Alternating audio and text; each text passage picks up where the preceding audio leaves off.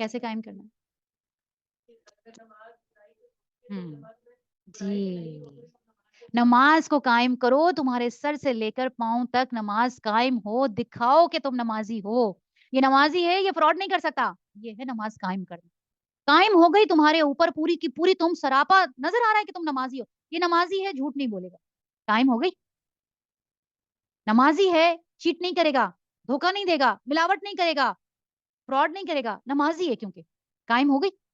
قائم کرو، مستقل رکھو، یہ بھی آتا ہے، اور اپنے اوپر پتا چلے کہ تم نمازی ہو، تمہارا حلیے سے لے کر تمہارا انداز، تمہاری ڈیلنگ پتا چلے کہ تم نمازی ہو۔ اب دیکھیں ہم نماز تو پڑھتے ہیں مگر ان ساری چیزوں کے بغیر، اللہ معاف کرے، آج جو صورتحال ہے اس کے اندر جو پکا نمازی ہوتا ہے یا جو زیادہ جس کا حلیہ اسلامی ہوتا ہے اس سے لوگ ڈر رہے ہوتے ہیں معاملات کرتے ہوئے۔ کیوں ڈر رہے ہوتے ہیں؟ معاشرے میں رجحان ایسا بن گیا ہے، ہم کہتے ہیں یار اس کی داڑھی ہے، دیکھو اس کو، یہ کیا حرکتیں کر رہا ہے، یہ نماز پڑھ نماز میں جاتا ہے 5 وقتہ نمازی، اور اس کی حرکتیں دیکھو، کیونکہ قائم نہیں نا کی۔ تو یہاں پہ اللہ تعالیٰ کی پہلی ڈیمانڈ ہی کیا ہے کہ سب سے پہلے ایمان لے کر آؤ، غیب پر ایمان لاؤ، اور ساتھ ہی اپنے اوپر نماز کو قائم، یقیمون الصلاۃ، جو لوگ اپنی نماز کو قائم کرتے ہیں، اپنی صلات کو اپنے اوپر کر لیتے ہیں، پتہ چلتا ہے کہ یہ نمازی ہیں اور مستقل رکھتے ہیں، قائم رکھتے ہیں۔ کبھی ایسا نہیں تو موڈ ہوا تو پڑھ لی، 4 لوگ آئے تو پڑھ لی، دیکھا تو پڑھ لی، ٹائم ملا تو پڑھ لی، اچھا ٹھیک ہے پڑھ لیں گے نا، نہیں، یہ والا نہیں ہے۔ قرآن نماز کے ساتھ یہ نہیں چلے گا، نماز تو آپ کو اللہ نے کہہ دیا کہ بس کرنی ہے تو آپ نے اس کو پرائرٹی دینی ہے۔ اور یقین جانیے آپ لوگوں کا بھی تجربہ ہوگا، میرا بھی تجربہ ہے بہت دفعہ، کہ جب نماز کو ڈیلے کرتے ہیں، جس کام کے لیے ڈیلے کرتے ہیں نا، وہ کام آپ کا ڈیلے ہو جائے گا۔ آپ کر کے دیکھ لیں تجربہ۔ میں ایک زمانے میں کپڑے بہت سیتی تھی، تو نا اکثر یہ ہوتا تھا کہ جیسے میں کپڑے سی رہی ہوں اور اذان ہو گئی ظہر کی، تو سوئی ڈالتے ہوئے نا، اور میں سوچتی تھی کہ بس آخری ٹانکا لگاتی ہوں ابھی، اور نماز مجھے یہ بھولتا نہیں ہے، کیونکہ اس وقت تو ظاہر ہے نہیں قرآن کی کلاسز اور یہ ہوتی تھی، لیکن بعد میں جب قرآن پڑھنا شروع کیا اور سمجھنا شروع کیا تو اللہ تعالیٰ وہ والی سوچ لے کر آتا ہے کہ بیٹا دیکھ کیا ہوتا تھا، یقین کریں وہ میرا آخری ٹانکا نہیں لگتا تھا، میری سوئی کا دھاگا ٹوٹ جائے، کبھی کچھ ہو جائے، کبھی کچھ ہو جائے، کیونکہ نماز ڈیلے ہو رہی ہوتی ہے، اور میں جلدی جلدی بھی ہو رہی ہوتی تھی، ایک تیزی کے اندر ویسی ساری چیز غلط ہو رہی ہوتی ہیں۔ اور جب یہ ہوا، ابھی بھی تجربہ یہ ہے کہ جب ابھی بھی کام کرنے کے لیے جب لیپ ٹاپ کے اوپر بیٹھتی ہوں نا، تو جب یہ میں سوچ کے بیٹھوں نا کہ اچھا بالکل اسٹارٹ ہونے والی ہے نماز، نہیں پہلے نماز پڑھ کے پھر سے بات بیٹھوں گی، ایسا لگتا ہے جیسے ٹائم اتنا لمبا ہو گیا، کام بھی اتنے آسان ہو گئے۔ اور جب آپ کام کرنے بیٹھ جائیں اور آپ کام کو یہ کہیں نا کہ میں ابھی کرتی ہوں، نماز کو آپ یہ کہنے لگے ہیں، ایک بڑا اچھا سا کال ہے کہ نماز کو یہ مت کہو کہ مجھے کام ہے رک جاؤ، کام کو یہ کہو کہ رک جاؤ مجھے نماز پڑھنی ہے۔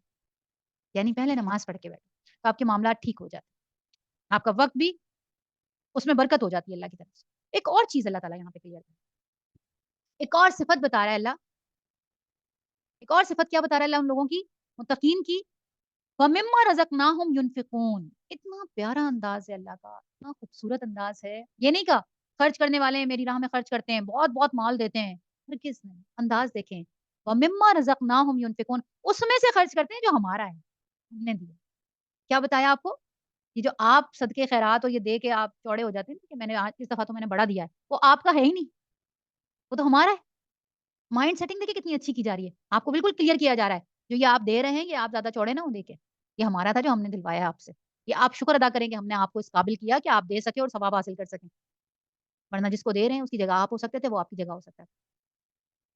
یہ ضرور سوچا کریں، یہ بچوں کو بھی بتایا کریں، یہ جو گاڑی کے باہر بچہ کھڑا ہے نا، یہ جگہ چینج ہو سکتی تھی، وہ آپ کی جگہ اندر ہو سکتا تھا، آپ اس کی جگہ باہر ہو سکتے، تو آپ اندر ہیں تو پھر یہ اللہ کا شکر ہے، یہاں پہ اللہ کو تھینک یو کہنا بنتا ہے کہ اللہ شکر ہے کہ اللہ تو نے مجھے دینے والا رکھا، وَمِمَّا رَزَقْنَاهُمْ يُنْفِقُونَ، اس میں سے دیتے ہیں جو ہمارا ہے، بالکل اللہ آپ کا ہے، آپ نے دیا ہے، آپ نہ دیتے تو ہم کبھی اس قابل نہ ہوتے۔ تھینک یو اللہ، اور آپ ہمیں ہمیشہ ایسا ہی رکھیے گا کہ ہم دینے والے ہیں، ہمیں ہمیشہ ان لوگوں میں رکھیے گا، اور ہمیں اتنا دیجیے گا کہ ہم دل کھول کے آپ کے بندوں کی مدد کرنے والے ہیں، ہمارا ہاتھ بھی کھلا رکھیے گا، ہمیشہ ہمارا دل بھی کھلا رکھیے گا، اپنی دعاؤں میں ہمیشہ اس دعا کو شامل رکھیں۔ تو اللہ تعالیٰ نے کتنا پیارا انداز ہے سکھانے کا، ورنہ اللہ کہتا ہے بس ہمارے وہ بندے جو بڑا خرچ کرتے ہیں، یہ اس قسم یہ الفاظ بولنے میں اور وہ الفاظ بولنے میں کتنا مائنڈ کلیئر ہو گیا نا، ہے یہ اللہ کا بھائی، میں دے رہا ہوں تو میں کون سا احسان کر رہا ہوں۔ اور پھر کیا کہا والذین یؤمنون بما انزل، اور اس کتاب کے اوپر جو ان کے اوپر نازل کی گئی ہے، بما انزل پر نازل کی گئی ہے اس پر بھی ایمان لے کر آتے ہیں، اور کیا کرتے ہیں الیکا، تم پر نازل کی گئی ہے، وما انزل من قبلک، اور جو تم سے پہلے لوگوں پر۔ اب دیکھیے ہمارا جو مسلمان ہیں ہم لوگ، یہ یہودی عیسائی ہے، یہ لوگ جو انبیاء کی یا ہمارے رسول کی گستاخی کرتے ہیں، نعوذ باللہ ان کی شان میں گستاخی کرنے کی کوشش کرتے ہیں، جسارت کرتے ہیں، ان کے دماغوں میں کیا ہوتا ہے؟ وہ صرف اپنے نبی کو مانتے ہیں۔ ہم مسلمان نہیں ہو سکتے، ہمارا ایمان کامل نہیں ہو سکتا اس وقت تک جب تک کہ ہم سارے نبیوں کو نہ مان لیں، ساری کتابوں کو نہ مان لیں، سارے رسولوں کو نہ مان لیں، ملائکہ کو نہ مان لیں، آخرت پر ایمان نہ رکھ لیں، تب تک ہمارا ایمان مکمل نہیں ہوتا۔ اللہ نے کیا کہا کہ وہ متقین کی ایک اور ڈگری کیا ہے کہ وہ تم پر جو یعنی اس قرآن پر تم پر جو نازل کیا اس پر بھی ایمان لاتے ہیں، یعنی اس قرآن کو نازل کیا اس پر بھی ایمان لاتے ہیں، اور جو اس سے پہلے والی کتابیں ہیں ان پر بھی ایمان، یعنی خدا نہ خواستہ ایسا نہیں ہو سکتا کہ فرانس کے اندر کوئی شخص اٹھ کے اور قرآن کو جلا رہا ہے نعوذ باللہ، تو اس کے جواب میں کوئی مسلمان اٹھے اور کھڑا ہو جا کے کہے میں بائبل جلا کے آتا ہوں، نہیں کر سکتا۔ ہمارے لیے تو اللہ نے کہا کہ نہیں، تم تو جب تک مانو گے نہیں تمہارا ایمان ہی مکمل نہیں ہونے والا۔ اور پھر کیا کہا ان سب پر ایمان لاتے ہیں اور آخرت پر یقین رکھتے ہیں، ایسے لوگ اپنے رب کی طرف سے راہ راست پر ہیں اور وہی فلاح پانے والے ہیں۔ تم نے ہدایت مانگی تھی، یہ ہدایت مین سبجیکٹ بتا دیے، ان کے اوپر آپ کا ایمان ہے۔ پھر اللہ تعالیٰ کیا کہتا ہے، جن لوگوں نے ان باتوں کو تسلیم کرنے سے انکار کر دیا ان کے لیے یکساں ہے کہ تم انہیں خبردار کرو یا نہ کرو، بہرحال وہ ماننے والے نہیں ہیں۔ اللہ نے ان کے دلوں اور ان کے کانوں پر مہر لگا دی اور ان کی آنکھوں پر پردہ پڑ گیا اور وہ سخت سزا کے مستحق ہیں۔ بعض لوگ ایسے ہیں جو کہتے ہیں کہ ہم اللہ پر اور آخرت کے دن پر ایمان لائے ہیں، حالانکہ در حقیقت وہ مومن نہیں ہیں اور اللہ اور ایمان لانے والوں کے ساتھ دھوکے بازی کر رہے ہیں، مگر دراصل وہ خود اپنے ہی آپ کو دھوکے میں ڈال رہے ہیں اور انہیں اس کا شعور نہیں۔ ان کے دلوں میں ایک بیماری ہے جسے اللہ نے اور زیادہ بڑھا دیا ہے، اور جو جھوٹ وہ بولتے ہیں اس کی پاداش میں ان کے لیے دردناک سزا ہے۔ جب کبھی ان سے کہا گیا کہ زمین میں فساد برپا نہ کرو تو انہوں نے یہی کہا کہ ہم تو اصلاح کرنے والے ہیں۔ خبردار، حقیقت میں یہی لوگ ہیں جو مفسد ہیں مگر انہیں اس کا شعور نہیں، یعنی زمین کے اندر فساد برپا کیے جاتے ہیں لیکن دماغ میں شیطان کیا ڈال رہا ہوتا ہے، تم تو اصلاح کر رہے ہو۔ اب جو شخص یہ سوچ کے فساد برپا کر رہا ہے کہ میں تو اصلاح کر رہا ہوں، وہ کیسے پلٹے گا؟ وہ تو نہیں پلٹنے والا، کیونکہ وہ تو پکا ہے کہ میں تو بڑا نیکی کا کام کر رہا ہوں، میں تو اصلاح کا کام کر رہا ہوں۔ اللہ کہتا ہے نہیں، ان کو شعور ہی نہیں ہے۔ یہی ہاں ہاں، وہ جو بیٹھے ہوئے یہودی ان کے دماغ میں کیا ہے، وہ کہتے ہیں ہم سے جو سوال ہوگا صرف یہودیوں کے بارے میں، ہم سے سوال غیر یہودی کے بارے میں تو ہوگا ہی نہیں، اور انہیں تو مارنا ہمیں باقاعدہ ان کی کتابوں میں لکھا ہوا ہے کہ ان کو مارو۔ ان کے جو بڑے بڑے عالم ہیں وہ تو انتظار کر رہے ہیں کہ کب غزہ بالکل زمین بوس ہو جائے، ایک بندہ بھی یہاں پہ نہ رہے، تو تب جا کے ہمارا مسیح آئے گا، ہمارے مسیح تب آئے گا جب یہ بالکل ختم ہو جائے گا۔ وہ انتظار کر رہے ہیں، پلان کا حصہ ہے ان کا۔ تو شیطان نے ان کے دماغوں میں کیا ڈالا ہوا ہے، وہ اس کو نیکی سمجھ کے کر رہے ہیں، یعنی خون بہ رہا ہے، بچے مر رہے ہیں، آپ دیکھیں وہ جشن منا رہے ہیں، وہ اس کو گناہ تھوڑی سمجھ کے کر رہے ہیں، وہ اس کو بالکل ٹھیک ہے، وہ اپنے اس کے اندر، کیونکہ وہ شیطان ان کو اس لیول پر لے گیا، شیطان کے کارندے بن گئے۔ تو اللہ نے کیا کہا، ان سے کہا گیا کہ جس طرح دوسرے لوگ ایمان لائے ہیں اسی طرح تم بھی ایمان لاؤ، تو انہوں نے جواب دیا کیا ہم بے وقوفوں کی طرح ایمان لائیں، یعنی ہم پاگل ہیں کہ ہم ان کی طرح ایمان لائیں جنہوں نے اپنے گھر بار چھوڑ دیے، اپنا مال اللہ کے حوالے کر دیا، اپنی زندگی اللہ کے حوالے کر دی۔ یہ کون لوگ ہیں؟ یہ بے وقوف، وہ سمجھتے ہیں یہ بے وقوف لوگ ہیں، اپنے آپ کو بڑا عقلمند سمجھتے ہیں۔ اللہ کہتا ہے خبردار، حقیقت میں تو یہ خود بے وقوف ہے مگر یہ جانتے ہی نہیں۔ جب یہ اہل ایمان سے ملتے ہیں تو کہتے ہیں کہ ہم ایمان لائے، اور جب علیحدگی میں اپنے شیطانوں سے ملتے ہیں تو کہتے ہیں کہ اصل میں تو ہم تمہارے ساتھ ہیں، ہم ان لوگوں سے محض مذاق کر رہے ہیں۔ اللہ ان سے مذاق، اتنا سخت اللہ کی آیت ہے، اللہ یستہزئ بہم ویمدھم فی طغیانہم یعمہون۔ اللہ ان سے مذاق کرتا ہے، یہ کہتے ہیں کہ یہ اللہ سے مذاق کرتے ہیں، اللہ ان سے مذاق کر رہا ہے اور ان کی رسی دراز کیے جاتا ہے، یہ اپنی سرکشی میں اندھوں کی طرح بھٹکتے چلے جاتے ہیں۔ جب اللہ رسی دراز کر دیتا ہے تو کیا ہوتا ہے، انسان سمجھتا ہے کہ میں تو کبھی پکڑا ہی نہیں دوں گا، حالانکہ ہوتا کیا ہے، چھوٹ دے رہا ہوتا ہے اور گھس اور جا، یہ اللہ کی ناراضگی کا الارم ہے۔ دیکھیں نا، اگر آپ نے کوئی غلطی کی اور غلطی کرتے ہی آپ پکڑے گئے، کیا ہوتا ہے، سنبھل گئے اور آئندہ کے لیے آپ نہیں کریں گے غلطی، تو اس کا کیا مطلب ہوا، اللہ نے آپ کو فوراً پکڑ لیا تو اللہ کو آپ سے محبت ہے، اللہ نہیں چاہتا کہ آپ آگے جائیں، سمجھ جائیں اس کو، فوراً سمجھ جائیں کہ اللہ کو آپ سے محبت ہے۔ اور اگر آپ کوئی گناہ کر رہے ہیں، کسی کو نہیں پتا چل رہا، آپ کو پتا چل رہا ہے اور آپ کیے جا رہے ہیں اور آپ کہہ رہے ہیں شکر میں بچ گیا، کسی کو پتا نہیں چلا، اگلی بار پھر دبا کے کروں گا، اگلی بار پھر کروں گا، اگلی بار پھر کروں گا، اور آپ کہہ رہے ہیں میں بچ گیا، آپ بچے نہیں ہیں، آپ تو پکڑے گئے، آپ کو تو پکڑنے کی تیاری ہو گئی، آپ کے پیچھے تو اللہ نے بندے لگا دیے، آپ سمجھ رہے ہیں آپ پکڑے نہیں جا رہے، اللہ نے آپ کو چھوڑ دیا، اللہ چاہتا ہی نہیں ہے کہ آپ واپس پلٹ کے آئیں، اللہ آپ سے اتنا خفا ہو گیا ہے، اور دعا یہ کرنی چاہیے اللہ پلیز اتنے مت خفا ہو، یہ اللہ کی ناراضگی کی پیک ہے کہ بندے کو کسی کو اللہ تعالیٰ ایسے چھوڑ دے کہ اب تو دفع ہو، میری بلا سے تو بھاڑ میں جا، اب میں نے تجھے دیکھنا ہی نہیں، اب میں نے تجھے پکڑنا ہی نہیں ہے، تجھے واپس آنے کی ضرورت ہی نہیں ہے۔ اور جو لوگ ہوتے ہیں نا تھوڑا سا گناہ کیا پکڑے گئے، اس پہ شکر ادا کیا کریں پکڑے گئے، اس پہ یہ مت کیا کریں کہ یہ کیا ہوا میں پکڑا گیا، شکر کریں اللہ نے پکڑ لیا، بچا لیا، بڑے گناہوں سے بچا لیا اور مستقل اس گناہ کو کرنے سے بچا لیا، ایک ہی دفعہ پکڑے گئے اور اس کے بعد چھوٹ گیا، یہ اللہ کی آپ سے محبت کی نشانی ہے کہ اللہ نے آپ کو پہلے اسٹیپ پہ ہی روک دیا، یہاں پہ اللہ کا شکر ادا کیا کریں کہ اللہ میاں شکر ہے کہ آپ نے مجھے بچا لیا۔ اللہ کہتا ہے یہ وہ لوگ ہیں جنہوں نے ہدایت کے بدلے گمراہی خرید لی ہے، مگر یہ سودا ان کے لیے نفع بخش نہیں ہے اور یہ ہرگز صحیح راستے پر نہیں ہے۔ ان کی مثال ایسی ہے جیسے ایک شخص نے آگ روشن کی اور جب اس نے سارے ماحول کو روشن کر دیا تو اللہ نے ان کا نور بصارت سلب کر لیا اور انہیں اس حال میں چھوڑ دیا تاکہ تاریکیوں میں انہیں کچھ نہیں نظر آتا۔ یہ بہرے ہیں، گونگے ہیں، اندھے ہیں، یہ اب نہیں پلٹیں گے۔ یا پھر ان کی مثال یوں سمجھو کہ آسمان سے زور کی بارش ہو رہی ہے اور اس کے ساتھ اندھیری گھٹا اور کڑک اور چمک بھی ہے۔ یہ بجلی کے کڑاکے سن کر اپنی جانوں کے خوف سے کانوں میں انگلیاں ٹھونس لے اور اللہ ان منکرین حق کو ہر طرف سے گھیرے میں لیے۔ اب دیکھیں، آسمان سے زور کی بارش ہو رہی ہے، ساتھ اندھیری گھٹا اور کڑک اور چمک بھی ہے۔ یہ بجلی کے کڑاکے سن کر اپنی جانوں کے خوف سے کانوں میں انگلیاں ٹھونس لیتے ہیں۔ کن لوگوں کی مثال دی جا رہی ہے؟ آسمان سے سخت احکامات نازل ہو رہے ہیں، یہ بھی نہیں کرو، بتوں کو چھوڑ دو، اپنی خواہشات کو چھوڑ دو۔ اب اتنے بڑے بڑے احکامات سن کے ان کو تو لگتا ہے جیسے یہ بجلی ہمارے اوپر ہی گر جائے گی۔ کیا کرتے ہیں؟ سننا ہی نہیں ہے، کانوں میں انگلیاں ڈال لو۔ کیا کہا تھا حضرت نوح علیہ السلام نے؟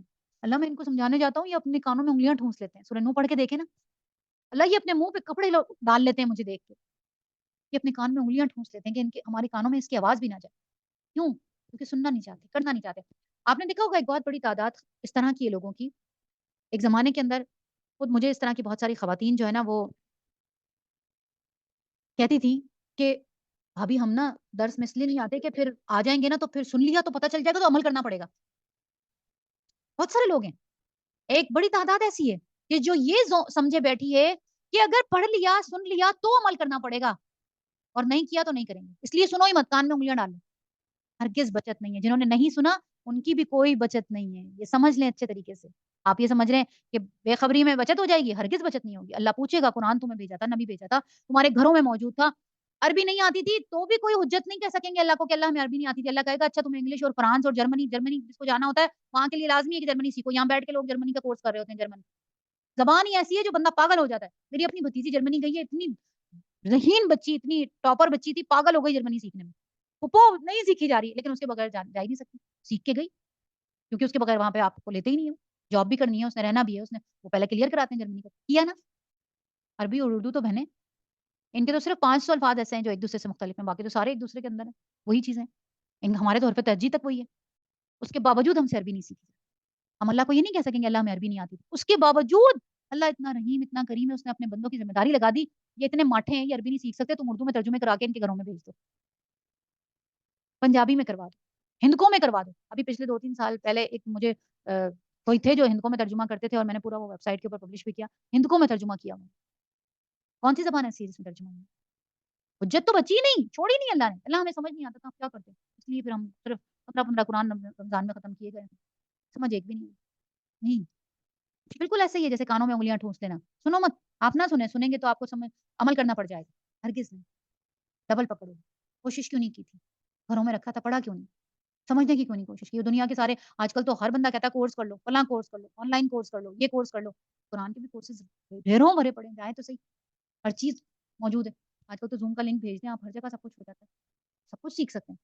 یہ دیکھنا ہے آپ کے دل میں کس چیز کی تڑپ ہے، تڑپ کتنی، چاہت کتنی ہے، بس اللہ یہ سوچ تو اللہ کہتا ہے کہ آسمان سے زور کی بارش ہو رہی ہے، اس کے ساتھ ہی اندھیری گھٹا اور کڑک اور چمک بھی ہے، اور یہ بجلی کے کڑاکے سن کے اپنی جانوں کے خوف سے کانوں میں انگلیاں ٹھونس لیتے ہیں، اور اللہ ان منکرین حق کو ہر طرف سے گھیرے میں لیے ہوئے، چمک سے ان کی حالت یہ ہو رہی ہے گویا عنقریب بجلی ان کی بصارت اچک کر لے جائے۔ جب کوئی حکم آتا ہے تو ان کو لگتا ہے ہماری تو موت ہی آئی پڑی ہے، یہ بھی کرنا پڑے گا، یہ بھی چھوڑنا پڑے گا، اف یہ بھی کرنا پڑے گا، یعنی ان کی جان جا رہی ہوتی ہے۔ اللہ کہتا ہے جب ذرا کچھ روشنی انہیں محسوس ہوتی ہے تو کچھ دور چل لیتے ہیں۔ اب اس کا کیا مطلب ہوا؟ اس کا مطلب یہ ہوا تھوڑے آسان آسان احکامات آتے ہیں نا، آسان آسان سے وہ فٹافٹ بھاگ بھاگ کے کر لیتے ہیں، وہاں دوڑ کے جاتے ہیں، یہ تو میں کر سکتی ہوں، یہاں تو میں جا سکتی ہوں، اور 10 میں تو میں چلی جاؤں گی، کوئی ایشو ہی نہیں، ٹائم نکال لوں گی۔ اس کے بعد کا جو کام نا وہ مجرا بہت مشکل ہوتا ہے۔ ایک بھابھی ہماری ہوتی تھی، اللہ ان کو جزا دے، اللہ نے ان کا دل بڑا بدلا، بھاولپور میں ہوتے تھے، دورہ قرآن ہونے لگا کلاس تو وہ انہوں نے نا پہلے ہی مجھے کہہ دیا، اچھی ماڈرن سی تھی، بھابی دیکھیے میں بایا ببایا کوئی نہیں پہنوں گی۔ میں نے کہا میں نے تو کوئی شرط رکھی نہیں ہے، آپ میری طرف سے وداؤٹ سلیوز آئیں، سلیو لیس پہن کر آئیں، میں نے آپ کو کب کہا ہے، میں کون ہوتی ہوں آپ کو ڈریس کوڈ دینے والی، ڈریس کوڈ تو اللہ دیتا ہے، میں نے تھوڑی آپ کو دینا ہے۔ وہ بڑی ماڈرن سی تھی اور وہ شروع کر ہو گئی، جوائن کر لیا انہوں نے کلاس ماشاء اللہ۔ آپ یقین کریں دورہ قرآن کا اینڈ ہوا، میں نے ان کو بائے میں دیکھا،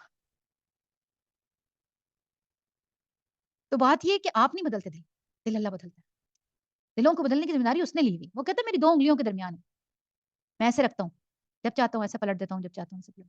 انسانوں کی تھوڑی اتنی اوقات ہے کہ وہ کسی کو کچھ بدل سکے، اپنے آپ کو نہیں بدل سکتے، کسی کو کیا بدلے گا، اللہ بدلتا ہے۔ تو اللہ کہتا ہے کہ جب ہلکے-ہلکے احکامات آتے ہیں، تھوڑی دور چل لیتے ہیں اور پھر ذرا تھوڑا-سا سخت حکم آیا وہیں ٹھہر گئے، جب ان پر اندھیرا چھا جاتا ہے تو کھڑے ہو جاتے ہیں۔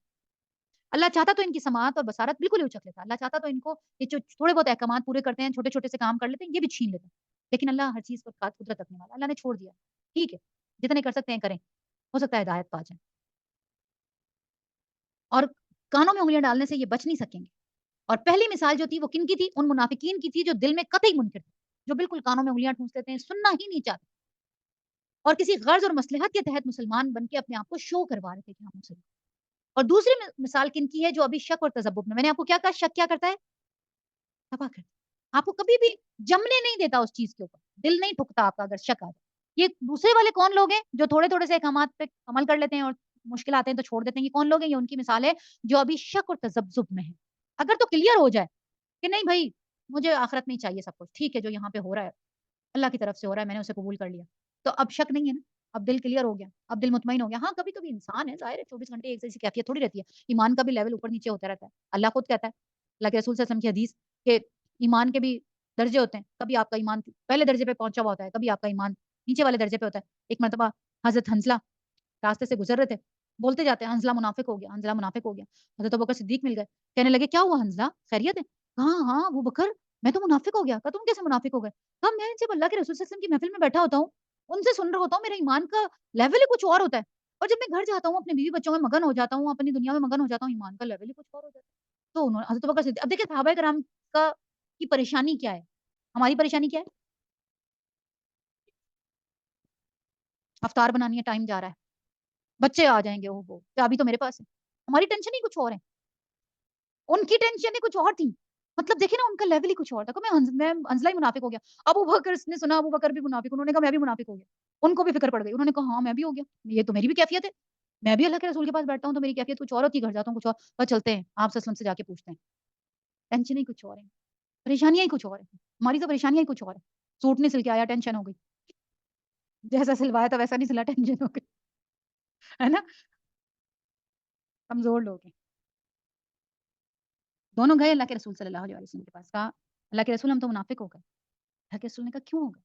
اللہ کے رسول ہم آپ کے پاس ہوتے ہیں ہمارے ایمان کا لیول کچھ اور ہوتا ہے اور اللہ کے رسول جب ہم اپنے بیوی بچوں میں چلے جاتے ہیں گھر پہ چلے جاتے ہیں تو ہمارا ایمان وہ نہیں رہتا تو اللہ کے رسول مسکرائے اور کہا اگر یہ ایمان کا لیول جو تمہارا میرے پاس ہوتا ہے یا جیسے ابھی ہم قرآن کی محفل میں بیٹھے ہیں ایمان کا لیول کچھ اور ہے گھر پہ جائیں گے کچھ اور ہو جائے گا تو جو ان محفلوں کے اندر جو اللہ کے رسول کے پاس بیٹھا ہو اس کا تو لیول ہی کچھ اور ہوگا نا اس کو تو کوئی سوچ ہی نہیں سکتا تو اللہ کے رسول نے کہا اگر صلی اللہ علیہ وسلم اگر یہی لیول تمہارا ایمان کا گھروں پہ بھی جا کر ہو تو تم یقین کرو فرشتے تمہارے بستروں پر تم سے مسافہ کرنے آئے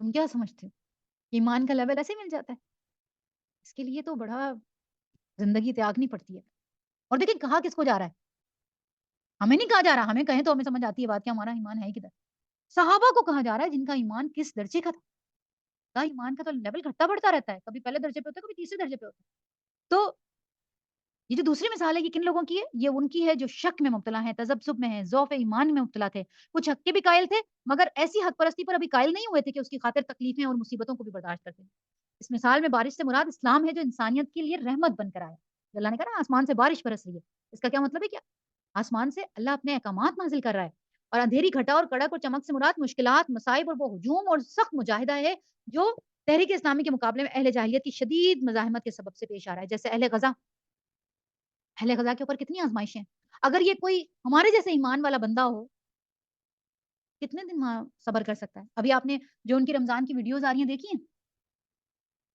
یار کون لوگ ہیں وہ کون سا لیول ہے یہ ایمان کا کسی کا باپ نہیں کسی کا بھائی نہیں کسی کا بیٹا نہیں پورا پورا خاندان تباہ ہوئے میں اور وہ رمضان کو ایسے منا رہے ہیں آپ نے اور میں نے بھی کیا منایا ہو رمضان کا استقبال ایسے کر اور ابھی کچھ دن پہلے اس بچی کی 9 سال کی بچی کی ایک ویڈیو آئی تھی کہ رمضان آنے والا ہے آپ لوگ سب تیاری کر رہے ہوں کہ ہم رمضان سے پہلے ہی روزے سے ہیں ہمارے پہلے ہی روزے چل رہے ہیں ابھی رمضان ہماری طرف آیا نہیں ہے تو یہ اہل غزہ کو دیکھ کے تو اب یہ تکلیفیں آزمائشیں اور صحابہ کرام کے دور کی جو مصیبتیں تھیں وہ ہم اپنی آنکھوں سے ہم کہتے تھے اللہ حضرت بلال کیسے پتھر رکھ کے ایمان رکھتے ہوں گے ابھی ہم دیکھتے ہیں چھوٹی سی بچی جس کا سارا خاندان ختم ہو گیا وہ کھڑی ہو کے کہتی ہے ہم مسلم ہیں ہمیں کوئی مسجد اقصی سے نہیں نکال سکتا ہمارے جنازے جائیں گے اگر کسی کو وہاں پہ کہہ دو نا کہ بھائی وہاں جو چھوٹے بچے ہیں، نیو بورن بیبی ہیں، ان کو آپ شفٹ کر دیں یا اپنے بچے ہمیں دے دیں، ہم آپ کے بچے پال لیں گے، وہاں کی مائیں اتنی ناراض ہوتی ہیں، کہتی ہیں آپ کون لوگ ہیں جو ہم سے ہمارے بچے مانگ رہے ہیں؟ ہم اپنے بچے آپ کو بھیج دیں پالنے کے لیے، ہمارا بچہ یہاں شہید ہوگا، ہماری آنکھوں کے سامنے جائے گا، ہم اس کا جنازہ پڑھیں گے۔ کون سا لیول؟ ہم کہتے تھے پتہ نہیں کون سے لوگ تھے وہ، اللہ کہتا آؤ دکھاتا ہوں کون سے لوگ تھے وہ، تمہیں نہیں نا سمجھ آتی، آؤ دیکھو، پہلے غزہ کو دیکھو ذرا، اللہ ان کی آزمائشوں کو ختم کرے اور ان کی بلکہ ہاں، ایمان اصل میں ایمان نہیں ہے نا، وہاں وہ عورتیں جو لگژریز میں رہ رہے تھے لوگ، پتہ نہیں کتنے دن کے بعد ایک بندہ وہ روٹی کے ٹکڑے وہ روٹی کے ٹکڑے جب وہ کھا رہی تھی وہ عورت تو وہ رو رہی تھی پورے طریقے سے، وہ اپنے گھروں میں سکون سے رہنے والے آسائشوں میں رہنے والے لوگ تھے، وہ ایسے لوگ نہیں تھے، لیکن اللہ کی آزمائش آئی انہوں نے خوشی سے قبول کی، انہوں نے کہا اللہ تو ایسے راضی تو میں بھی راضی، ٹھیک ہے کوئی بات نہیں، تو اللہ کیا کہتا ہے کہ جب اور مثال کے آخری حصے میں ان منافقین کی اس کیفیت کا نقشہ کھینچا گیا ہے کہ جب معاملہ ذرا سہل ہوتا ہے تو یہ چل پڑتے ہیں اور مشکل سے جب بادل چھانے لگتے ہیں یا ایسے احکامات دیے جاتے ہیں جن سے ان کی خواہش نفس اور ان کے تعصبات جاہلیت پر ضرب پڑتی ہے تو ٹھٹک کر کھڑے ہو جاتے ہیں۔ اللہ کیا فرماتا ہے؟ اللہ کہتا ہے یا الناس بدو ربکم الذی خلقکم والذین من قبلکم لعلکم تتقون، اے انسانوں عبادت کرو اپنے رب کی، پوری دنیا کے انسانوں کو اللہ اچھا دیکھیں قرآن پاک کے اندر کالز آتی ہیں، اللہ تعالیٰ پکارتا ہے بالکل ایسے ہی جیسے ایک گھر کے اندر فون بجتا ہے، آج کل تو پی ٹی سی ایل اتنے نہیں ہے لیکن کسی زمانے میں صرف ایک پی ٹی سی ایل ہوتا تھا نا، پی ٹی سی ایل کے اوپر کال آتی تھی تو جو بھی فون اٹھاتا تھا ایک آواز لگاتا تھا، کس کو آواز لگاتا تھا؟ جس کا فون ہوتا تھا اس کو آواز لگتی تھی، تمہاری ایک کال ہے آ جاؤ ذرا، یعنی باقی لوگوں کی کال نہیں ہوتی اس کی کال، وہ الرٹ ہو جاتا، اور کبھی کبھی ایسا ہوتا تھا کہ جو سب پورے گھر کے لیے کال آتی تھی، کسی ایک بچے کی کال آتی ہے وہ سب کو سلام کہہ رہا ہے، سب کو سب کچھ کہہ رہا ہے تو اس کا پیغام پہنچا دیا جاتا تھا۔ یا یو ناسو بدو اللہ تعالیٰ قرآن پاک کے اندر جب کال کرتے ہیں ناسو کہہ کے یا یو ناسو تو اس کا کیا مطلب ہوتا ہے؟ پوری دنیا کے انسانوں، یہ کال سب کے لیے، لیکن کہیں کہیں اللہ تعالیٰ کہتا ہے یا الذین آمنو، کس کی کال آئی ہے؟ جنہوں نے دعویٰ کیا ہے وہ کھڑے ہو جائیں، جیسے آپ کے اسکول کالج کے اندر ٹیچرز آتی ہیں نا 10th اے باہر آ جائے، اب باقی ساری جو 10th بی 10th سی اور ڈی وہ سب کہاں ہیں؟ کلاسوں میں بیٹھے، صرف باہر کون جائے گا؟ 10th اے جائے گی، میری اصل میں 10th اے تھی تو مجھے یاد رہتی ہے ہمیشہ 10th اے باہر آ جائے، اچھا پھر 10th اے پوری باہر چلی گئی، باقی ساروں کو پرواہ ہی نہیں، جب آتا ہے یا الذین آمنو تو یہ کال میری ہے، 10th اے کے اندر ہماری 45 گرلز تھیں، 45 کی 45 10th اے تھی، نام کسی کا نہیں پکارا جاتا تھا، کیا کہتے تھے 10th اے آ جائے، 10th اے کی 45 کی 45 لڑکیاں اپنے آپ کو 10th اے کاؤنٹ کرتی تھی، کیوں کرتی تھی؟ کیونکہ 10th اے میں انہوں نے ان کی جو کلاس تھی وہ 10th اے تھی نا، تو یا الذین آمنو کے اندر آپ کا نام لے کے تو کال نہیں آئے گی، کیسے کال آئے گی؟ یا الذین آمنو میری کال آئی ہے، مجھے کھڑا ہونا ہے، مجھے الرٹ ہونا ہے، تو یہاں پہ اللہ کیا کہہ رہا ہے یا الناس اعبدوا ربکم الذی خلقکم والذین من قبلکم لعلکم تتقون، اے لوگو عبادت کرو اپنے رب کی، کیوں کریں؟ سوال آتا ہے کیوں کریں؟ اس لیے کرو الذی اس کی عبادت کرو خلقکم اس نے تمہیں پیدا کیا، خالق ہے تمہیں، اس لیے کہا، وجہ ساتھ بتائیے، تمہارا پیدا کرنے والا ہے، اس کا رائٹ بنتا ہے کہ تم سے ڈیمانڈ کرے، اور تم سے پہلوں کو بھی پیدا کیا ہے اس نے، اور کیوں کہہ رہا ہے کہ تم عبادت کرو اس کی؟ لعلکم، پیچھے لے جائیں اس کو، ہدی للمتقین، ڈگری کون سی چاہیے؟ لعلکم، تاکہ تم متقین کی ڈگری پا سکو، عبادت میں تمہیں اس لیے کہہ رہا ہوں کرو تاکہ تم وہ ڈگری پا سکو جس کے لیے تم نے مجھ سے دعا کی تھی اہدنا الصراط المستقیم، اور میں نے تمہیں کہا تھا کہ ہدایت ملے گی، اور ملے گی کیسے؟ متقین کی ڈگری پا کر، تو یہاں پہ میں تمہیں بتا رہا ہوں کہ میری عبادت کرو گے تو تمہیں متقین کی لعلکم تتقون، اور کیا کہا؟ اچھا سوال یہ پیدا ہوتا ہے، آپ کو کوئی کہے اللہ نہ کرے کوئی بیماری ہے کسی ڈاکٹر کا بتائیں، فلاں ڈاکٹر کے پاس چلے جاؤ، آپ سب سے پہلے پوچھتے ہیں اچھا وہ اس جو میری بیماری ہے اس میں ماہر ہے؟ ہاں ماہر ہے، میں نے خود نے تجربہ کیا ہے، فلاں کو بھیجا تھا، فلاں کو بھیجا تھا، انہوں نے یہ اور یہ ڈگری کی ہوئی ہے، وہ تو باہر سے پڑھ کر آئے، اہمیت بڑھ گئی اس کی۔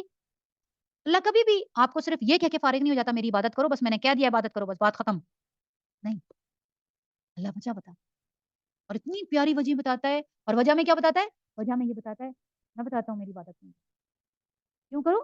اس لیے کرو، وہی تو ہے جس نے تمہارے لیے زمین کا فرش بچھا، عبادت کیوں کروں؟ اس لیے کروں کہ میں نے تمہارے لیے پوری کی پوری زمین کو رہنے کی جگہ بنا دیا، آپ کے گھر ماسی آتی ہے اور آ کے کھڑی ہو کے باجی میں صفائی کیوں کروں؟ بھائی میں نے تمہیں رکھا ہے، میں تمہیں اس کی پے کروں گی، اس لیے میں نے تمہیں ہائر کیا ہے، تو اللہ کہتا ہے میں نے اس زمین میں تمہیں بھیجا ہے خلیفہ بنا کے تو تمہیں میری عبادت کرنی ہے. میں نے تمہیں ہائر کیا, تم میرے خلیفہ ہو, یہ زمین میری ہے, یہاں پہ تم میری مرضی سے رہ رہے ہو.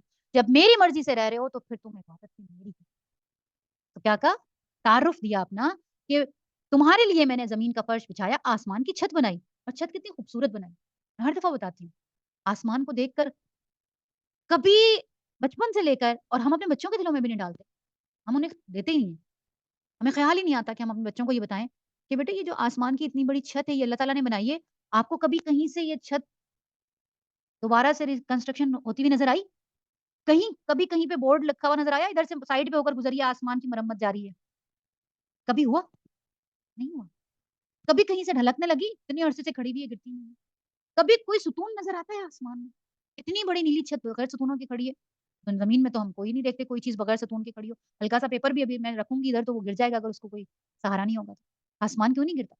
یہ وہ سوالات ہیں جو آپ چھوٹے سے بچے کے دماغ میں ڈال کے اس کا اور اللہ کا تعلق بنا سکتے ہیں. بچپن سے وہ اللہ کا تعارف جان, اس کو اللہ سے پتا چلے, یہ نہ ڈرائے. ہم نے تو اللہ تعالیٰ کس لیے رکھے ہوئے, اللہ تعالیٰ ماریں گے, اللہ تعالیٰ جلا دیں گے, اللہ تعالیٰ جہنم میں پھینک دیں گے. اللہ نہ ہو گیا, ہم نے نعوذ باللہ کیا بنا دیا. بچے کے دماغ میں اللہ کا خوف ہی خوف تاری ہے. نہیں, محبت کرائیے اللہ سے. اللہ تعالیٰ ہمیں آسمان سے بارش بھیجتے ہیں, اللہ ہمارے لیے زمین سے یہ چیزیں نکالتے ہیں. اللہ تعالیٰ نے پاپا کو یہ سب کچھ دیا ہے, اللہ تعالیٰ نے ہمیں یہ گھر دیا ہے, اللہ نے آپ کو دیے, ہمیں آپ کو دیا, آپ کو ہمیں دیا, اتنے پیارے بچے دیے کہ ہم اپنے بچے پال رہے ہیں, آپ کی وجہ سے ہم خوش ہیں. کیا بنا؟ بچے کا اور اللہ کا تعلق بن گیا. بچے کو پتا چل گیا اللہ تو دینے والا ہے, جب لینا ہو تو اللہ کے پاس جاؤ. یہ سکھائیں. تو جب یہ تعلق بچے کا اور اللہ کا بن جائے گا تو آپ یقین کیجیے پھر آپ کو بڑے ہو کر اس کے موبائل کی ہسٹری چیک کرنے کی ضرورت نہیں پڑے گی. آپ کو یہ فکر کرنے کی ضرورت نہیں پڑے گی کہ میرا بچہ جا کہاں رہا ہے, کن کے ساتھ بیٹھا ہے, کیونکہ آپ نے اللہ کا اور اس کا تعلق اتنا بنا دیا, وہ خود جانتا ہے کہ میرا رب کون ہے اور میری باؤنڈریز کیا ہے. بس باؤنڈریز بتا دیں. بچوں بچوں کو قید مت کریں. یاد رکھیں, اللہ نے بھی آپ کو قید نہیں کیا. اللہ بھی آپ کو بتا رہا ہے نا, اللہ چاہے تو آپ کو قید نہیں کر سکتا, لیکن اللہ آپ کو باؤنڈریز بتا دیں. تو اپنے بچوں کو باؤنڈریز بتائیں, ان کو خود اسٹینڈ لینے دیں, خود ان کو فیصلہ کرنے دیں, ان کو چھوڑیں, ان کو بس صرف ایک کام کروا دیں, ان کو اللہ سے محبت کروا دیں. وہ تنہائی میں بھی بیٹھیں تو ان کو اللہ یاد آئے, اللہ سے پیار کریں, اللہ سے بات کریں, اللہ سے ڈسکس کریں, اللہ کو اپنا مسئلہ بتائیں. ایک بڑی ویڈیو بھی وائرل ہوئی تھی, بڑی پیاری سی, آپ لوگوں نے بھی شاید دیکھی ہوگی. مسجد نبوی کے اندر ایک کوئی بابا جی بیٹھے ہوئے, میں نے بھی اس کو کافی شیئر کیا تھا. وہ ایک بابا جی بیٹھے ہوئے دعا کر رہے ہیں, اور دعا کے اندر نا وہ اللہ تعالیٰ کو ایک ایک اسٹیپ بتا رہا ہے. دعا کے اندر ایسے ہاتھ کیا ہوا اور بتا رہا ہے یہ بھی دینا ہے, یہ بھی دینا ہے, ایسے بھی دینا ہے, ایسے بھی دینا ہے. وہ اللہ تعالیٰ کو انسٹرکشن دے رہا ہے, اور وہ ویڈیو اتنی ملینز کی تعداد میں وہ شیئر ہوئی ہے, اور وہ اتنی وائرل ہوئی ہے کہ یار دیکھو یہ ہے طریقہ اللہ سے بات کرنے کا. یہ دیکھو یہ کیسے اللہ سے گفتگو, اس کو پرواہ ہی نہیں ہے. مسجد نبوی میں کسی نے اس کی ویڈیو بنا لی, اس کو پتہ نہیں چلا بابا کو. تو یہ بڑھاپے میں جا کے نہ آئے یہ بات کرنا بچپن سے سکھا. جب جیسے ہی ہوش سنبھالا ہے نا اس نے, ماما بولنا سیکھ رہا ہے, تو اس کو سکھا دیں کہ اللہ سے بات کیسے کرنی. جاؤ بیٹے چپ چاپ جاؤ, جا کے جانماز پہ بیٹھو, اللہ سے بات کر کے. آپ نے یہ کام کر لیا, آپ یقین جانیے آپ کو کسی سے یہ پوچھنا نہیں پڑے گا میں اپنے بچوں کو کیسے سنبھالوں. آپ کے بچے کو اللہ سنبھالے, اللہ سے جوڑ دیں, اللہ سے محبت کرا دیں. بس بچوں کو اللہ کرے کہ اللہ ہمارے سارے بچوں کو جوڑ دے, ہمارے سارے بچوں کو اللہ تعالیٰ اپنا بنا دے, اور ہم سب کے بچوں کا ایسا ہی تعلق اللہ سے بن جائے. آمین یا رب العالمین. اللہ کہتا ہے آسمان کی چھت بنائی, اوپر سے پانی برسایا, اس کے ذریعے سے ہر طرح کی پیداوار نکال کے تمہارے لیے رزق بہم پہنچایا. میں نے کتنے پروسیس کیے تمہیں پہنچانے, تمہیں ایک کھانا پہنچانے کے لیے میں نے آسمان کو الرٹ کر دیا, میں نے سمندر کو الرٹ کر دیا, میں نے زمین کو الرٹ کر دیا, میں نے ہر چیز الرٹ کر دی, ہر چیز کو آرڈر دے دیا, ہر ایک اپنا اپنا کام پورا کر رہا ہے. بارش کیسے ہوتی ہے بھلا؟ ہم نے اس کو ڈسکس کیا ہوا ہے پہلے بھی, لیکن کوئی جلدی سے بتا دے بارش کیسے ہوتی ہے جلدی سے. سورج کو کیا کہتا ہے اللہ تعالیٰ سمندر کے اوپر, تم ذرا اپنی شعائیں تیز کرو. سمندر کا پانی کہاں جاتا ہے؟ اوپر چلا جاتا ہے بھاپ بن کر. اسٹور کس میں ہو جاتا ہے؟ کلاؤڈز الرٹ ہوئے ہوئے. کس کے لیے ہو رہا ہے یہ سارا کام؟ کس کے لیے ہو رہا ہے؟ میرے لیے. جب تک میں یہ فیل نہیں کروں گی, اپنے آپ کو یہ نہیں بولوں گی یہ میرے لیے ہو رہا ہے, میرا اور اللہ کا تعلق نہیں بنے. ہمارے تو سب کے لیے ہو رہا ہے بھائی, سب کے لیے. اس کے لیے بھی تو لائیے, میرے لیے لائیے تو کیا ہو گیا, اس کو نہیں دیا آپ نے؟ نہیں, جب میں یہ فیل کرتی ہوں نا میرے لیے لائیے, پھر میری فیلنگس کچھ اور ہو جائے, پھر میرا تعلق کچھ اور ہو جائے. تو اس لیے جب بھی کوئی انعام ملے اللہ کا تو یہ سوچیں میرے لیے. اللہ نے آسمان کو, سورج کو کہا جا کے سمندر کے اوپر ذرا اپنی شعائیں ڈالو. سمندر نے کھلے دل کے ساتھ اس کی جو شعائیں آئی تھیں آبی بخارات بن کر اوپر چلے گئے, ہے نا, پانی اوپر جا رہا ہے, بھاپ بن کر اوپر چلا گیا. بادلوں کو کہا تم اسٹور کر لو, بادلوں نے اسٹور کر لیا, سارا پانی جمع ہو گیا. کراچی والے دیکھتے رہے, بادل آگے گئے. ہم دیکھ کے کہتے ہیں ابھی برسا, ابھی برسا, پتا چلا بادل کو تو کہیں اور جانا تھا, اللہ نے آرڈر کہیں اور کا دیا ہوا ہے, آپ بیٹھے رہیں.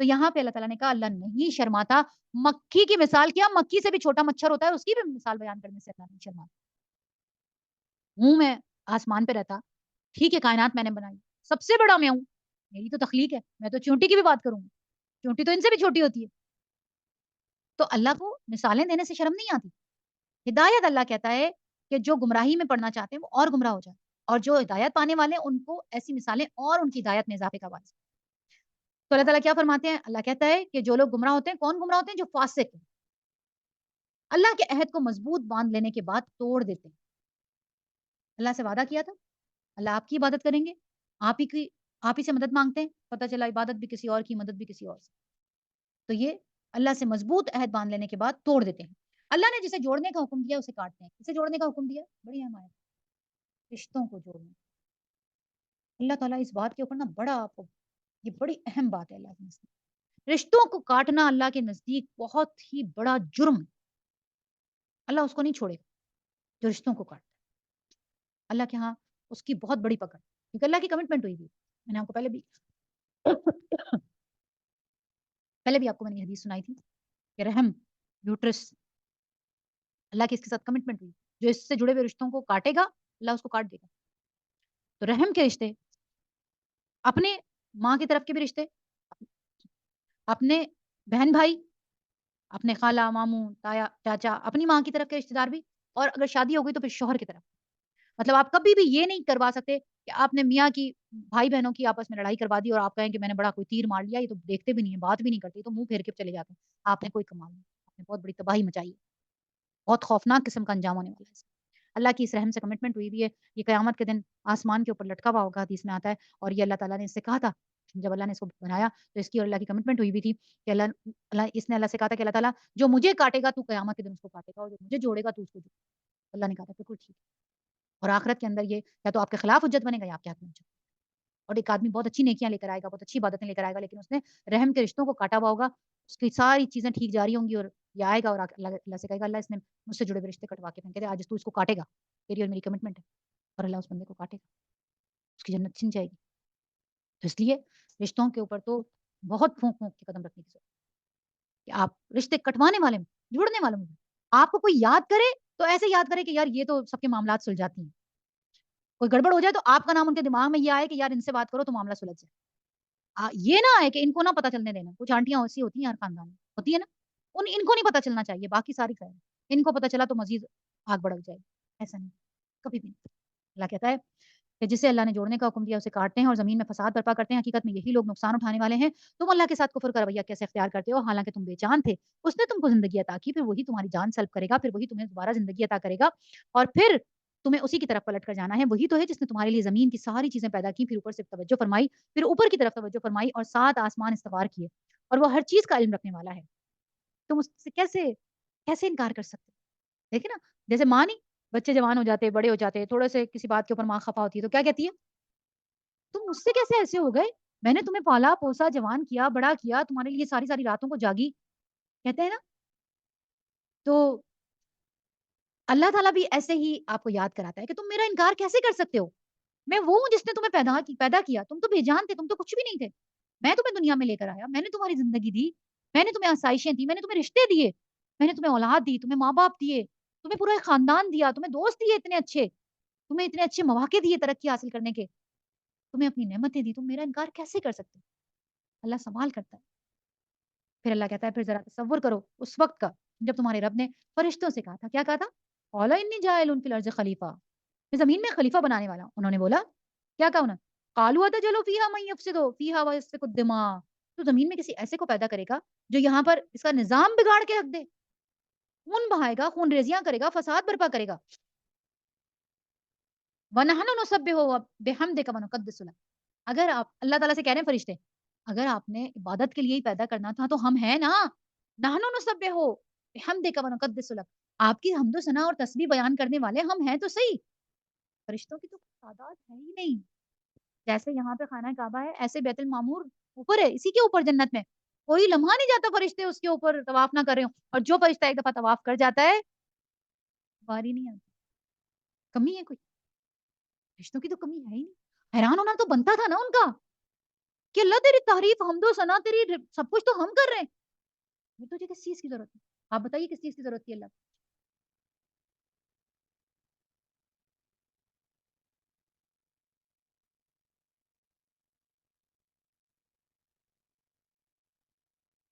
اللہ کو کیسی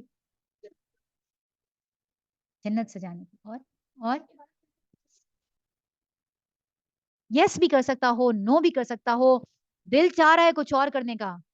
ہم میں سے کون ایسا ہے جس کا دل نہیں چاہتا ہوگا کہ وہ اچھا نہ لگے؟ ہم تو خواتین بچیاں خاص طور پہ، ہم بھی بچیاں ہی ہیں ویسے اپنی امیوں کی. کس کا دل نہیں کرتا ہوگا کہ ہم اچھے نہ لگے، اچھے سے بال کٹنگ ہوئے ہوئے ہوں، اچھے سے فل سے تیار ہوئے ہوئے ہوں، میک اپ شیک اپ کیا ہوا ہو، فل اچھے ماڈرن سے کپڑے پہنے، کس کا دل نہیں کرتا ہو؟ سب کا کرتا ہے. ہم اپنے آپ کو باؤنڈریز میں کیوں رکھتے ہیں؟ اتنا اچھا سا تیار ہو کے، میرا اکثر نا بیٹا چھوٹے والا اب تو نہیں کہتا، لیکن ایک زمانے میں بہت کہتا تھا، مما آپ شادی میں جاتی ہیں تو آپ اتنا سارا میک اپ کیوں کرتی ہیں، آپ تو نقاب لگا کے رکھتی ہیں سارا وقت. تو پھر میں کہتی تھی کہ تو پھر میں نقاب چھوڑ دوں. میں اس سے سوال کرتی، میں کہتی تھی نقاب، کہتے نہیں مما میک اپ چھوڑ دینا، مطلب میک اپ ضائع ہو رہا ہے. اس کے دماغ میں یہ تھا کہ میک اپ ضائع ہو رہا ہے، آپ میک اپ لگاتی ہیں ہال میں جائیں گی آپ تو نقاب لگا کے رکھیں گی، مکس گیدرنگ ہوتی ہے تو آپ لگا کے رکھتی ہیں اور پھر بھی آپ میک اپ کرتی رہتی ہیں. اس سے کہتی ہے میں خود کو اچھی لگتی ہوں نا، آپ کو نہیں اچھی لگ رہی، میں آپ تو دیکھ رہے ہو نا مجھے، تو میں آپ کو اچھی نہیں لگ رہی؟ نہیں اچھی تو لگ رہی ہیں. تو حالانکہ پتہ ہے، یہ مجھے بھی پتا، اب دیکھیں اتنی سی بات اس چھوٹے سے بچے کے ذہن میں آ گئی کہ ماما نے کور کرنا ہوتا ہے تو میک اپ کیوں کر رہی ہیں. لیکن ماما کو اپنا آپ بھی تو اچھا لگنا ہوتا ہے، خود بھی تو اچھا لگنا ہے، شادی میں جانا ہے شادی جیسے تو لگے، تو تیار ہو کے جاتے ہیں نا. تو ہم میں سے ہر شخص یہ چاہتا ہے کہ وہ اچھا لگے، لیکن جب ہم اپنے آپ کو باؤنڈریز کے اندر رکھ لیتے ہیں کہ نہیں اللہ مجھے اچھا تو بہت لگتا ہے، میرا دل تو بہت کر رہا ہے، لیکن اللہ میں نے اس کو تیری باؤنڈری میں رکھا ہے، تو آپ یقین جانیے کہ اللہ کو اس وقت آپ کے اوپر اتنا پیار آتا ہے، اتنا پیار آتا ہے اللہ کو وہ پیار ان فرشتوں پر نہیں آتا اس لیے کہ وہ لائک روبوٹ، ان کی خواہش نہیں ہے، ان کا دل نہیں مچلتا اچھا لگنے کے لیے، ان میں اللہ نے خواہش رکھی نہیں. آپ میں خواہش رکھ کے اللہ نے آپ کو پابند کر دیا. تم جب گھر سے جاؤ گی تو سر ڈھانپ کے جاؤ، تمہارے بالوں کی جو تم نے اسٹریٹ کیے ہوئے نا یہ سارے خراب ہو جائیں گے اسٹریٹنر سے، جو بھی تم پٹا لگا کے کر کے آئی ہو نا، جب اسکارف پہنو گی تو سارے خراب ہو جائیں گے. لیکن تم اسکارف پہنو گی، کیوں پہنو گی؟ اللہ نے کہا. اللہ مجھے اپنا اسٹریٹ کیے ہوئے بال، مجھے اپنا فیشن بالوں کا یہ زیادہ پیارا نہیں ہے، مجھے تو پیار ہے. جب آپ اللہ کو یہ میسج دے رہے ہوتے ہیں نا تو یہ میسج اللہ آپ کا بڑے پیار سے قبول کرتا ہے. تو یہ وہ چیز ہے جو فرشتے نہیں کر سکتے. کیوں کہا آپ کو کہ آپ اشرف المخلوقات ہیں؟ کیوں آپ کو مسجود ملائک بنا دیا اللہ نے؟ کیسے بنایا؟ کوشچن آئے تو کر لینا، کوشچن کوئی آئے تو کر لینا. باؤنڈ ہیں، انسان باؤنڈ نہیں ہے، ہمارے پاس فری ول ہے اور ہم اپنے اختیار سے کرتے ہیں. میں نو بھی کر سکتی ہوں، میرا دل نہیں کر رہا میں نہیں کر رہی. بہت سارے لوگ ہیں نا دنیا کے اندر جو نہیں مان رہے باتیں، لیکن جب آپ اختیار کے باوجود آپ کہتے ہیں نہیں میرا اختیار ہے لیکن مجھے اللہ سے محبت ہے، میں نے تو آخر میں جنت میں جانا ہے بھائی. تو پھر جب آپ اپنے اس اختیار کو اللہ کی رضا کی طرف موڑ دیتے ہیں تو پھر آپ کے اوپر جو اللہ کو پیار آتا ہے اس پیار کے لیے اللہ نے آپ کو پیدا کیا. یہ پیار اللہ فرشتوں سے نہیں کر سکتا، یہ پیار فرشتوں پر آ ہی نہیں سکتا، یہ آپ پر آئے گا کیونکہ آپ نے اپنا نفس مارا ہے اللہ کی رضا کے لیے. آپ نے اپنا، اللہ کے رسول صلی اللہ علیہ وسلم کی وہ حدیث بڑی پیاری حدیث ہے کہ اگر تم اپنے ایک قدم اپنے نفس کے اوپر رکھتے ہو تو تمہارا اگلا قدم کہاں ہوگا؟ جنت میں. اگر تم نے اپنا یعنی جنت تمہارے اتنے قریب، آپ اپنا اگلا قدم کتنی دور رکھ سکتے ہیں؟ اندازہ لگائیے نا. بہت لمبی سے لمبی کوئی لانگ جمپ لگانے کا ماہر بھی ہو، میں نے بڑی اسپورٹس کے اندر کی ہے لانگ جمپ اور ہائی جمپ، تو جو لانگ جمپ لگانے والا ہو اس کا بھی اگلا قدم کتنی دور جا سکتا ہے؟ ایک قدم تمہارا نفس پر ہوگا تو اگلا قدم جنت. جنت بس اتنی دور ہے، آئے گی کہاں سے؟ نفس پہ قدم. نفس پہ قدم رکھنے کا کیا مطلب ہے؟ میرا دل کچھ اور چاہ رہا ہے، اللہ کی ڈیمانڈ کچھ اور ہے. میں نے کہا نہیں اللہ میاں میں نے اپنے نفس پہ قدم رکھ دیا، مجھے آپ کی ڈیمانڈ پیاری ہے. خدا نہیں بنایا نا، مار دیا آپ نے، پاؤں رکھ دیا اس کو. خدا بنا لیں گے تو پھر تو سر پہ رکھ لیں گے، آپ دب جائیں گے اس کے نیچے. آپ نے اس پہ قدم رکھنا ہے. تو اللہ نے کیا کہا؟ انہوں نے کہا کہ ہم آپ کی عبادت کرنے کے لیے ہیں تو صحیح. تو اللہ نے کیا کہا اس کے جواب میں؟ قال انی اعلم ما لا تعلمون. یاد رکھیے گا ہمیشہ اس ڈائلاگ کو یاد رکھیے. قال انی اعلم ما لا تعلمون، میں وہ جانتا ہوں جو تم نہیں جانتے. اب کیا جانتا تھا اللہ؟ میں ابھی بتا چکی ہوں، جلدی سے کوئی بتا دے کیا جانتا تھا اللہ؟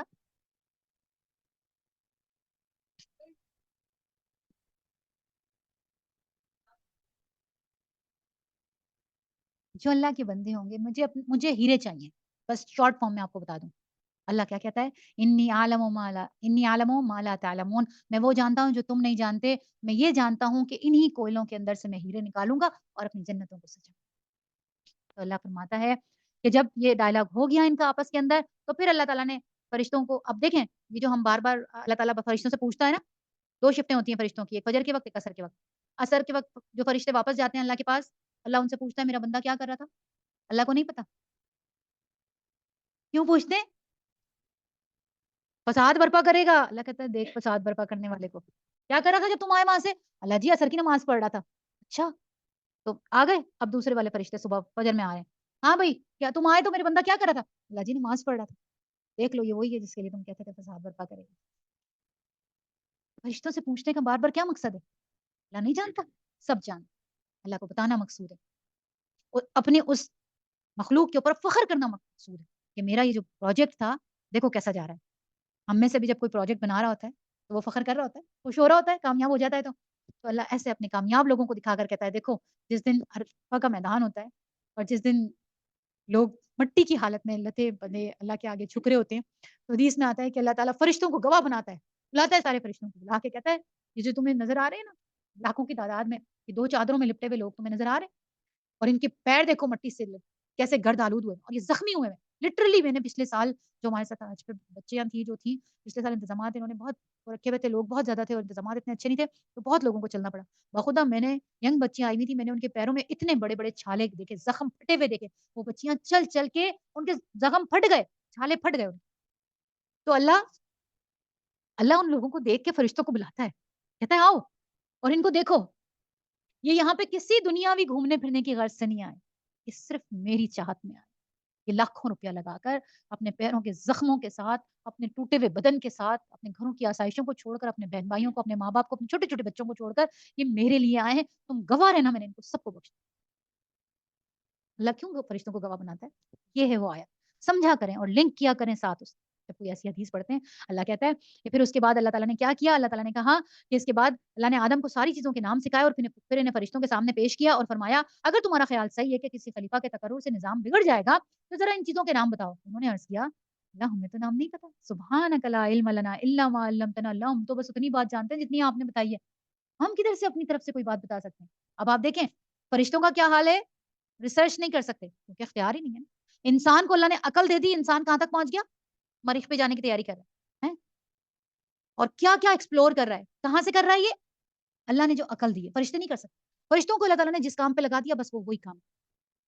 تو اللہ نے کیا کہا فوراً، اللہ نے کہا نام بتاؤ ذرا. انہوں نے کہا سبحانک لا علم لنا الا ما علمتنا. اللہ پاک ہے. فوراً انہوں نے رجوع کر لیا، سوری ہم نے تو ایسے ہی کہہ دیا تھا، جنوں کو دیکھا تھا نا بڑے بڑے کر کے آئے تھے، سارا انتظام گڑبڑ کر کے آئے تھے تو اس لیے کہہ دیا تھا. کیا کہا کہ نقص سے پاک تو آپ کی ذات ہے.